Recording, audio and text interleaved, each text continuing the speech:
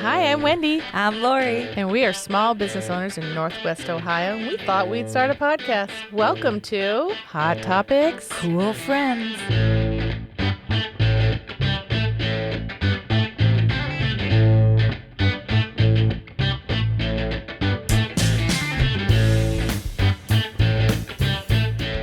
All right, well, welcome to Hot Topics, Cool Friends. And today we have Nicole Khoury here. Hello. Hi, Nicole. I'm really excited to ask you a bunch of questions. Shoot. You're one of my, I don't want to put you on the spot, but I talk about you a lot to people. I'm very proud to know you. Aw, thank you. Oh, that's so sweet. I know, I'm that tearing up. That kind of got me teary. I'm like, stop. It might be a hot flash. I don't know. It's both. No, but honestly. So I think I know you've been asked this many, many, many times, but you're sort of a superhero, like you are a judge by day and then a rock star at night. Okay, let's just start real quickly. Sure. I know you've been playing music since you were little, right? Mm-hmm. Who inspired you? How did that start? That's an interesting question because I grew up, my dad was in a band, from the time before I was born, until this day, he still plays music. So I grew up watching his band practice in my basement. And I remember we used to have these boxes up and me and my friends would be dancing behind, the boxes when you're a kid, 4, 5, 6 years old. Started playing the piano when I was 4. And so my dad's whole side of the family, both sides of the family are extremely musical. Everybody's got ridiculously good voices. It's kind of annoying. You come to our house for Christmas, you don't sing Jingle Bells, you sing an 8-part Hallelujah chorus and it sounds good. I mean, that's just the way that it goes. So my mom's whole side of the family played the piano, started the piano when I was very young. I actually didn't pick up the guitar till I was 30. That's something I'm very angry at my father for because he's a very good guitar player. It's like, why didn't you teach me when I was young? I could have been I could have been Megan Leslie, Yeah. I could have been a great female guitar player in Toledo. So in terms of what inspired me, it just was kind of, I was born into it. Mm-hmm. It's part of my blood. It's part of my being.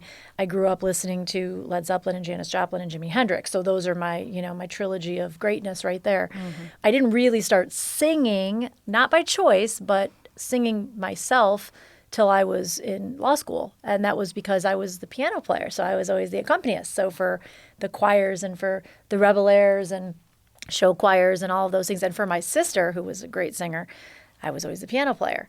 So I was always very stifled as a vocalist. I was in the choirs, but it was like, oh, well, you need to be the accompanist. Mm-hmm. I don't think people really knew I had the voice that I had until I was in my early 20s. And then it was like, oh, wow, okay, you can sing. So, okay, well, I'm like, yeah, I always knew I could sing. You guys kind of. So what college did you go to? I went to Hillsdale College for undergrad. I went to University of Toledo for law school. Good. Yeah. Go Rockets, Yeah. right? Huh. So you're playing out the bars, yeah. Did it bother you because yeah. I played here and there, but not really great at an instrument. So as a vocalist, mm-hmm. that's kind of like, I just feel like there's a different passion between a singer that sings and someone 100%. That plays. So 100%. How did you sit in the background like that and not say, wait a minute, give me that microphone. I want to sing. Because I kind of grew up, I don't know how to say it. I was a very good girl. I did what I was supposed to do. I grew up, the oldest of 4 girls. I was the person that had to set the example, and you don't want to screw that up. So I'm a rule follower. So you're told you're the best piano player, you need to play the piano, you sit down, you play the piano. Mm-hmm. And to be completely honest, obviously you guys have heard me sing. I have a unique voice. Mm-hmm. I don't sound like a lot of people around town. And so that part of my voice came later, in my 20s. When I was in high school, I was just a second soprano who couldn't hit the really high notes, but, and always good with harmonies and those kinds of things. And so that was kind of okay for me to do. Mm-hmm. But when I discovered I had the, as my husband would say, whiskey tenor voice that I have, I was like, okay, now it's, I haven't played the piano. The unfortunate thing is I haven't played the piano in years, and I was very good. I was a classically trained piano player. I sit down now and try to fumble around every now and then, but when I started playing the guitar, I concentrated so much on learning how to do that the piano kind of went by the wayside. Not to mention it's. Did you teach yourself the guitar? Did your dad finally? No, I did. I actually, my guitar player, one of my first guitar players, Mick Mason, who's just a genius guitar player, and he's also a teacher. I knew 3 chords, G, C, and D, just like everybody knows. And he was able to say, okay, you know how to play the piano. I'm going to show you. So I would take a guitar with me to gigs, and when I knew there was a G, C, or D, I'd play it, and then I'd watch him. And then I learned from there, and then all of a sudden one day it just kind of clicks because you do have the musical background of being a piano player, you know. And again, I mean, my music theory is terrible now, but back then I knew everything, you know. So it made sense.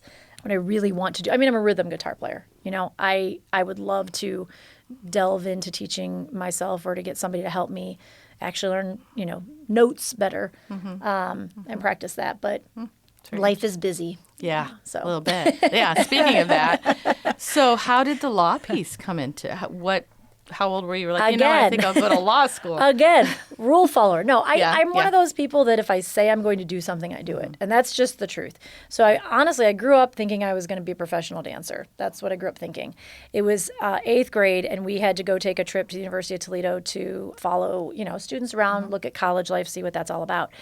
And my dad was like, you can't be a dancer and grow up, blah, blah, blah. And I was like, oh, I guess I'll be a lawyer. Here we are. Let's just go right there. Here we are, you know, 30 years later, and, you know, I'm a judge. You're very committed. I am very committed to to what I say I'm going to do. Now, that being said, I was a very good lawyer. I found my passion in criminal defense. I'm a very analytical thinker, which is a lost art on kids these days. I'm obviously good at arguing with people, but I'm good at seeing all sides of the issue. And that's what you have to do. I mean, and especially as a judge, that's what you have to do. So I'm not saying I just did it because I said I was going to do it, but I learned that I loved it. I found my niche. It was lucky because I had my own practice, so I was able to do a bunch of different things. I would do some contracts for friends. I did entertainment law for several national recording artists. I'll do a lot of trademark stuff. I did trust and estates. So I was able to dabble in everything, but 95% of my practice was all criminal defense. Yeah. So. On the less fortunate. And I'm less fortunate. And it's exciting. Yeah. I mean, I tell people all the time, friends of mine that, you know, especially going through divorces, I'm like, I would rather represent a murderer than a divorce any day of the week. It's not, it's awful. Like, I hear a lot of people say that. Oh, I mean, you know, at least there's something about, especially when you believe in your client's innocence, there's something about fighting for that really, and I think that people, look, the justice system gets a really bad rap because people don't understand it. And I appreciate they don't understand it, but it gets a really bad rap. The first thing you'll see on any comment on any news station or any article about somebody being out of jail and then committing a crime, the first thing you see is, oh, the justice system failed. Oh, why'd that judge? He never should have been let out on a bond. It's like, go read the Constitution. Yeah. You know what I mean? You have to be. Like, people don't understand those things. They also don't understand things like, if you were accused of committing a crime and you were innocent or didn't believe that you would not be saying the same things that you're saying on these comments. Yeah, you know what I mean? And you have to remember that. You have to try to go back. And that's a very hard job because you are constantly being ridiculed because people don't understand. If they understood and you went through with them, they also don't understand that we don't have jail space to just put everybody in jail. It costs money, which is taxpayer dollars, you know, so the people don't understand how it works. So it's a very, very difficult job to be constantly in the public eye and constantly ridiculed and constantly hated by half the people and loved by half the people. It's a hard job. There's really no in the middle. So speaking of that, so when you're out, is there a certain story that has, especially early on when you just became a judge, because it was 2017, right? You know, when you're in a rock band and it's got to be a lot of the same crowd. It is. Yeah. So we were talking about that today because Wendy was like, well, it might be different. I'm like, probably she the same. probably gets all her friends right in front of her like, yeah. Well, and you know, the hard thing is, and people think, well, I know her. And it's like, you're one of 5,000 Facebook friends that I don't know who you are, but whatever. You know, it comes down to, do you know anything about the case in front of you? Not do you know the person. Yeah. Now, if it was my husband, I would be like, you know, I am not presiding over this case. Sure. If it's like, I know this person from the music community and he got a speeding ticket, the first thing I say is, I know this person from the music community. I don't know anything about this case. Does anybody care if I proceed with this? You know, there are stories. Segue. first time I played at the Cock and Bull downtown Toledo after I was sworn in. And we used to, I mean, my stage show has changed dramatically from the way that it used to be. First of all, I'm old now, but I'm also on the bench, and, there's things that you don't do anymore. And we used to sing a certain song by Buck Cherry, and I'm sure everybody knows what song it is. And I'm like, I freaked out. I was like, what am I going to do? I can't sing this. I can't do it. Luckily, Kyle White had walked in, and I was like, please sing this song. This bachelor party, and they want this song, and I feel so bad. I was like having a panic attack about it.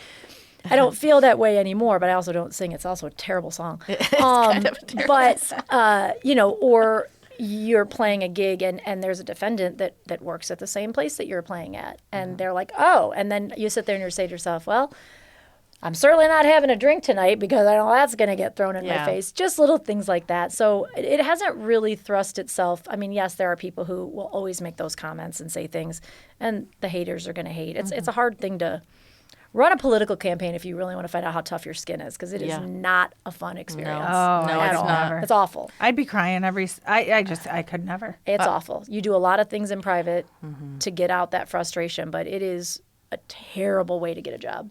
It's awful. Yeah. I wouldn't recommend it for anybody. No. That being said, serve your community. And serving your community. So let's quickly touch on Acoustics for Autism. Sure. It's my favorite time of the year. It is. It's I really everybody's love it. favorite Every time of the time I year. look so excited. I'm so excited for it. And all the musicians giving back so much of their, Well, their they time. always do. They always do. They always do. They're always the first people that get hit up whenever there's a fundraiser for anything. You always feel like you have to have music, and the musicians are always the first people. But Acoustics is crazy. It started off as an idea at a bar with a name, and then I was able to tie that into a personal experience with a friend.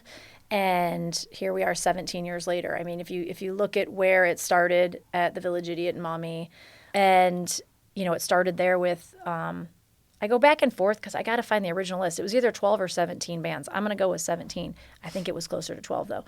And now we're at 95 bands and 8 stages, and we just surpassed the $1 million mark of how much money we've distributed in 17 years. And that's a huge number. That is a huge number. Of and money. what I like about it is it goes to specifically like the kid. It gives them something to do, events. Like what exactly? So we very clearly say we are not a provider. We are not a medical professional. And every kid that's on the spectrum is different. You find what fits for your child and what's helping your child, and we will help with the out-of-pocket expenses, the stuff that isn't covered by insurance. And so it's been everything from ABA therapy to a hyperbaric chamber to certain specialty foods to I get Amazon wish lists all the time for sensory products, summer camps. I mean, we just funded like 20 kids for a summer camp in the area. Agility Angels, the dogs. The dogs, the horseback riding lessons, karate lessons, dance lessons, music lessons. So that's where the money goes. And so it's really been all over the board. And if you look on our page, you'll see there's a Scholarship Hall of Fame, and every single kid is listed with their picture and where they use their money. So you get a chance to see like all the different things that we funded over the last years. Actually, Gary was watching this morning, and I said, "Is that Project I Am?" And he's like, "Yeah." And we sat there and watched, and the videos are so touching because it's truly.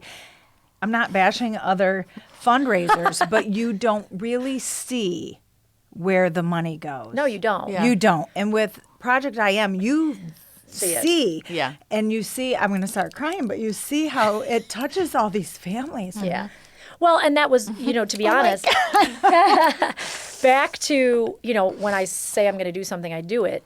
That's how the whole thing started. I mean, it started because I was really angry that my friend who was affected by autism in 2007 raised a bunch of money for an organization and never benefited their child at all. Now, they would argue, well, it benefited their child because, we got a new conference room for the provider where they could do their work better. Okay, but realistically, if these people can't afford to go there, then what does it matter?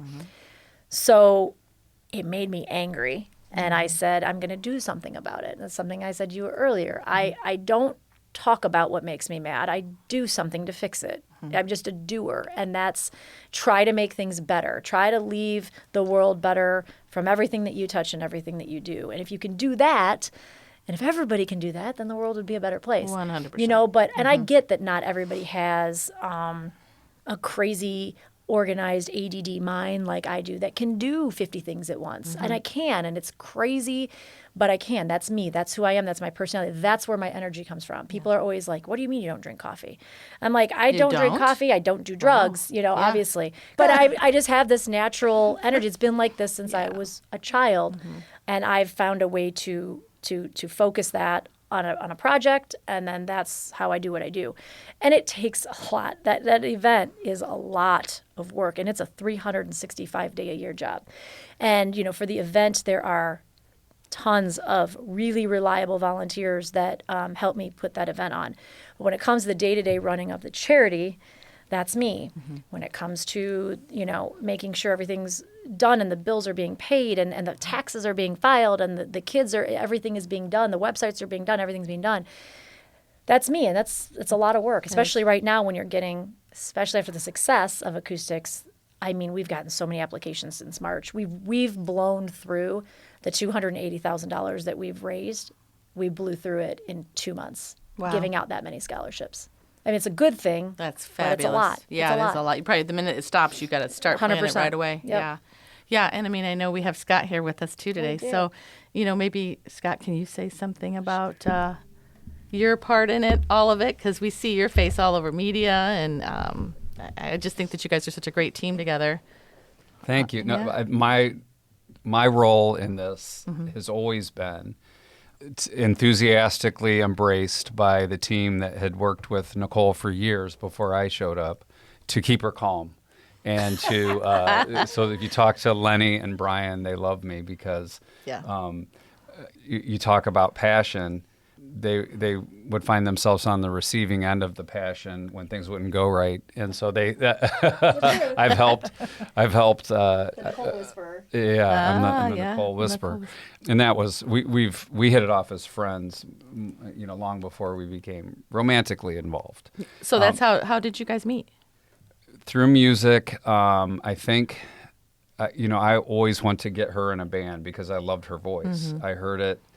And I had told her I was playing like part-time as a fill-in drummer for several bands. Like Distant Cousins were between drummers at that point. That was when they first started. The Homewreckers.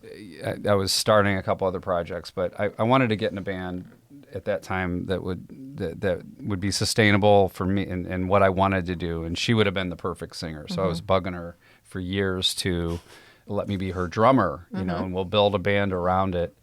And it just it didn't work out that way until they found it kind of grew out of an acoustic act. They just had an opportunity to glom onto another band. Her and Mick did, and our original guitar player. So, yeah, that's how it started. I always wanted to be in a band with her. We became friends. We, you know, I supported the charity. I was able to get our company at the time to work with the charity and become a large sponsor early on for one of the events that wasn't Acoustics. So, and we just became friends, and then I bugged her enough that she finally went on a date with How many me. times did you have to bug her? Like It was a lot. I don't believe you. We were, yeah, she had no romantic interest in me at all. We would go to, so I had, you know, I was divorced and going through or in the process of it over many years.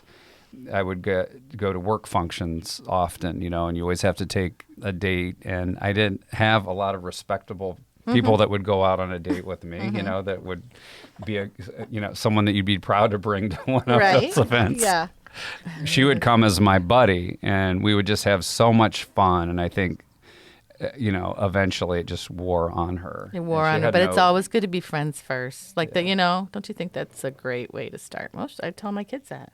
It works for us because we have so much trust. I trust her with my life, and she would say the same thing. And I think we had that foundation before anything else. That's awesome. I have one question for Nicole that someone gave me. They want me to ask you. Let's see here. You're at a karaoke bar, and a celebrity walks in, Who is it, and what song would you choose for an impromptu duet? Dead or alive? Oh, I think I'm. Wow. That was like Sure. really quick. Why does your brain have to do? She's like, I know. I let's go with alive. Alive. Robert Plant. Yeah. I thought she meant. What did you think, Lori? Never mind. Nothing. Just forget it. I thought she meant the song, Dead or Alive. Oh, Oh. it would not be Bon Jovi. No, it would I not. was like, oh wow. Okay. That's awesome. No, it would be Robert Plant. What song would I sing? Oh, God, I hate singing karaoke songs. Probably Janis, probably Piece of My Heart. Dead, it would be Jimi. I love Jimi Hendrix. It makes me sad that he died at the age So that he young. died because I can't imagine what our music would be like if he was still around. I love him. And probably the same song, yeah. Yeah, because him and Janis were buddies. So. Yeah, they were. Huh? It was supposed to be a duet. Well, she could sing with Robert Oh, Plant. is it supposed to be a duet? That's what the question. Yeah. Oh, a duet with anybody. duet, but I yeah. didn't listen to it. That's Oh, okay. God, what duets are? I guess Battle of Evermore is the only Led Zeppelin duet, right? But that's a terrible girl song. I don't know. See, you could say whatever. I I'll wouldn't just know. sing. I I'll would just be sing. like, We'll just sing. I would sing Kashmir with Robert Yeah. Plant. nice. That's what I would sing with him, and I would sing Angel with Jimmy. I like that. Yeah, Maybe we can make that happen with that. there you go. Let's get it done. You know how they brought Elvis back and he sang with. Oh, the hologram? Yeah. Get a hologram going. Laura, are you going to ask her the popular question that we ask all our guests? Oh, yeah. I know it's such a it's such a funny Listen, question. You know what? They always come up with a really good answer. So, Nicole, why are you our cool friend? Okay. Or what makes you I so know. cool? Because Well- you have a lot of friends, you know, like Yeah. why do you think you're cool? Or why do other people think you're cool? It's like Well, five questions. I can tell you why other people think I'm cool because I happen to get a quote from another person that I messaged to Wendy because I said, why do you think I'm cool? Sitting next to a very good friend. I would say it's because I'm 100% authentically me. There is nothing fake about me. There is nothing dishonest about me. I am extremely loyal. And again, I do what I say.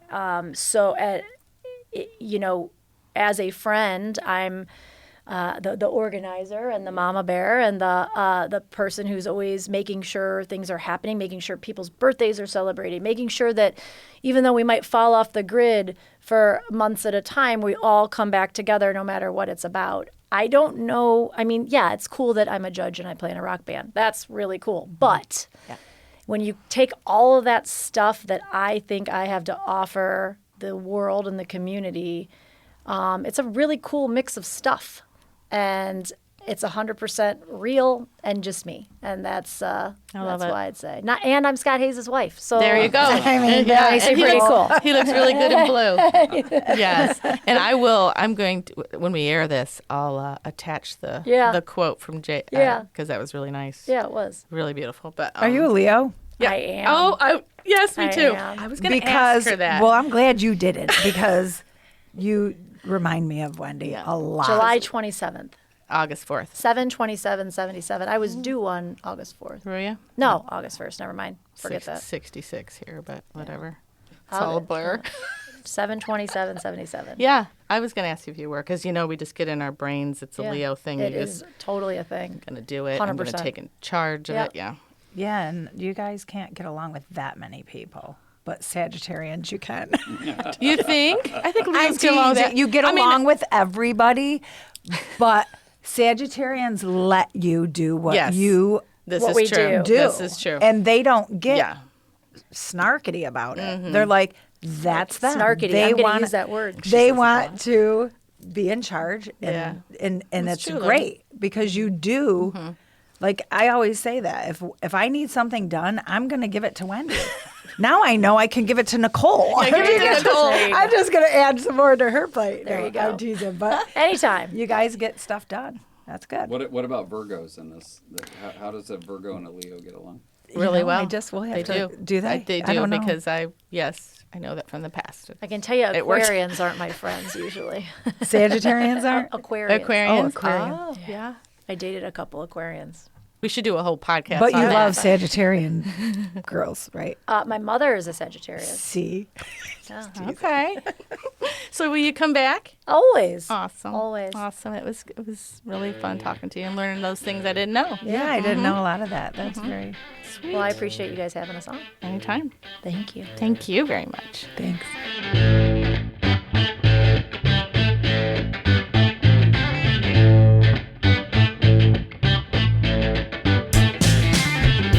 Thank you for joining us today on Hot Topics, Cool Friends. I'm Lori. And I'm Wendy. We would like to give a special thanks to Chris Pfeiffer, our executive producer, and Gary Wagner, who wrote and produced our music.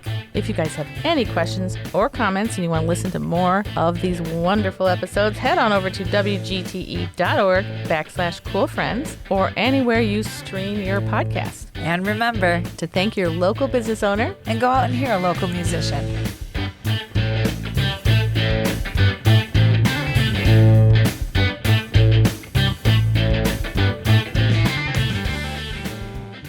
WGTE. Voices around us. WGTE is supported in part by the American Rescue Plan Act funds allocated by the City of Toledo and the Lucas County Commissioners and administered by the Arts Commission.